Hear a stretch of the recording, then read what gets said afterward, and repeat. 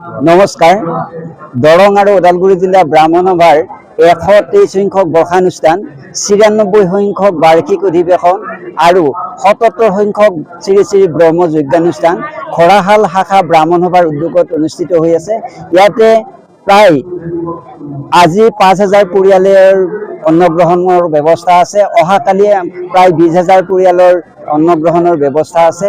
আমি এই 3 দিনত বিভিন্ন কাৰ্যসূচী ৰাখিছোঁ। আজিৰ কাৰ্যসূচী এতিয়া আমাৰ কাৰ্যসূচী চলি আছে জ্যোতিষ আলোচনা চক্ৰ। জ্যোতিষ আলোচনা চক্ৰৰ পিছতে ধৰ্ম আলোচনী সভা আছে। কালি ৰাতিপুৱা ন্যাসৰ বঁটা প্ৰদান আৰু সম্বৰ্ধনা অনুষ্ঠান আছে। আবেলি মুকলি সভা আছে। পুৰোহিতসকলৰ প্ৰায় 300 পুৰোহিতৰ মন্ত্ৰ উচ্চাৰণেৰে 3 দিনীয়া যজ্ঞৰ আজি 2য় দিনৰ কাৰ্যসূচী অব্যাহত চলি আছে। আৰু এই ঠাইত বৈশিষ্ট্য ঋষিৰ আশ্ৰমৰ দৰে এটা সুন্দৰ পৰিৱেশৰ সৃষ্টি হৈছে। যেনেদৰে বৈশিষ্ট্য ঋষিৰ আশ্ৰমৰ ওচৰেৰে এটা নদী বৈ গৈছিলে, আজিও আমাৰ এই যজ্ঞানুষ্ঠানৰ ওচৰেৰে নমাই নদী বৈ গৈ আছে। এটা প্ৰাকৃতিক মনোমোহা দৃশ্য ইয়াতে আমি প্ৰত্যক্ষ কৰিছোঁ। আৰু এই যিসকল ভক্তপ্ৰাণ ৰাইজ এই ঠাইলৈ আহিছে, তেওঁলোকে সঁচাই আনন্দিত আৰু মোহিত হৈ পৰিব। আমি আশা কৰোঁ অসমৰ বিভিন্ন ঠাইৰ পৰা যিসকল ভক্ত আহিব, সেইসকল ভক্তই আহি ইয়াতে নিশ্চয় আনন্দ লাভ কৰিব আৰু তেওঁলোকক ধৰ্মৰ সুবিধাৰ বাবে, তেওঁলোকৰ ভক্তি নিগৰাৰ বাবে আমি আহ্বান জনাইছোঁ। বিশেষভাৱে পাৰদৰ্শিতা লাভ কৰা ন্যাসৰ বঁটাসমূহ আমি এইবাৰ 55 জন ছাত্ৰ ছাত্ৰীক দিবলৈ সক্ষম হওঁ। এই ন্যাসসমূহ বিভিন্ন 55 জন ব্যক্তিয়ে আগবঢ়াইছিলে।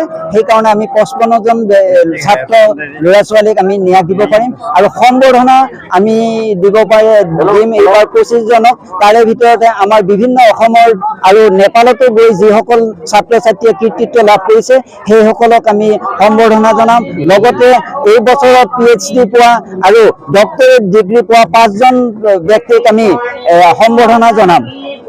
নমস্কাৰ। জয়তে মই দৰং জিলা আৰু ওদালগুৰি ব্ৰাহ্মণ সভাৰ তৰফৰ পৰা আপোনালোকলৈ স্বাগতম জনাইছোঁ।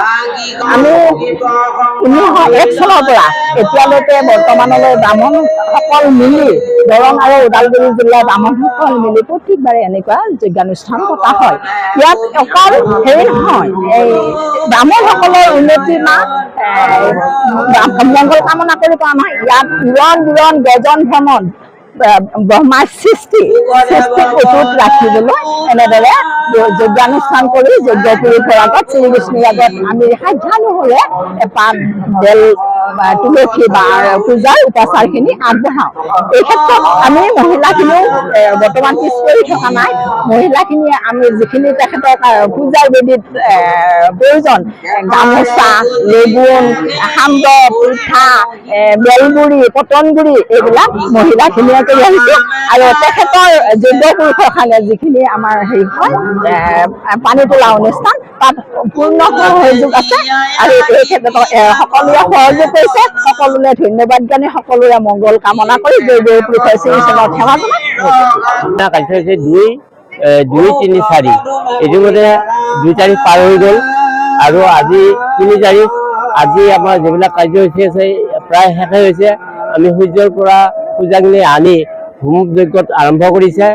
তাৰ পৰা আমাৰ প্ৰায় 11000 ভোট আমাৰ ইয়াতে দিব। এইটো হ'ল বিশ্ব শান্তিৰ কাৰণে, বিশ্ব শান্তি যে মানৱ জাতিৰ যাতে শান্তি পায় সকলো ক্ষেত্ৰতে। ইয়াতে জাতি বৰ্ণ কোনো একো হেৰি নাই, সকলোৱে পায়। তাৰ ক্ষেত্ৰত আমি এই হোমখিনি দিওঁ। আৰু তাৰপিছতে আমাৰ কালি আজিৰ অনুষ্ঠান, এতিয়া ধৰি লওক মঞ্চ উদ্বোধন কিবা কিবি এইবিলাক যিবিলাক আছে, এইবিলাক ভাগৱত চক্ৰ ইত্যাদি এইবিলাক আমাৰ হৈ গৈছে। আৰু এতিয়া আমাৰ মঞ্চত ন্যাসৰ হেৰি চলি আছে, মিটিং চলি আছে। ইয়াৰ পিছত ধৰ্মালোচনী হ'ব। তাৰপিছত আজি কাৰ্যসূচী এনেকুৱা হ'ব। আৰু ইয়াৰ পিছত আমাৰ যিবিলাক মানুহ আহিব, যিবিলাক ভক্তপ্ৰাণ মানুহ আহিব, তেওঁলোকক আমি আপ্যায়নৰ যোগাৰ কৰিছোঁ। প্ৰায় এতিয়া আমি অনুমানিক ধৰি আছোঁ 5-6 হাজাৰ মানুহ হ'ব পাৰে। আজিৰ ক্ষেত্ৰত অহাকালি আমাৰ প্ৰায় 20-25 হাজাৰ মানুহ হ'ব। এই যজ্ঞস্থানটো আপোনালোকে আমাৰ এই যজ্ঞ যিটো মণ্ডপ স্থান যিটো সাজিছোঁ, সেইটো আমি 1000 গোট খেৰ আমি বনাইছোঁ। আমাৰ শাখাৰ যিখিনি আমাৰ কৰ্মী আছে, কৰ্মীখিনি হৈছে ভাগৱত চক্ৰটো বনাইছে। তাৰ বাকীখিনি আমি কিন্তু পেণ্ডেলক দিয়া হৈছে।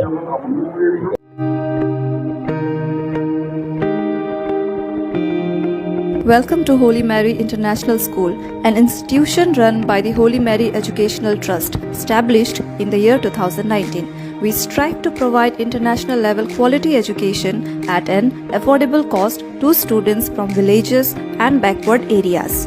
Our mission is to create a challenging learning environment that encourages high expectations for success through development by appropriate instruction that allows for individual differences and learning styles.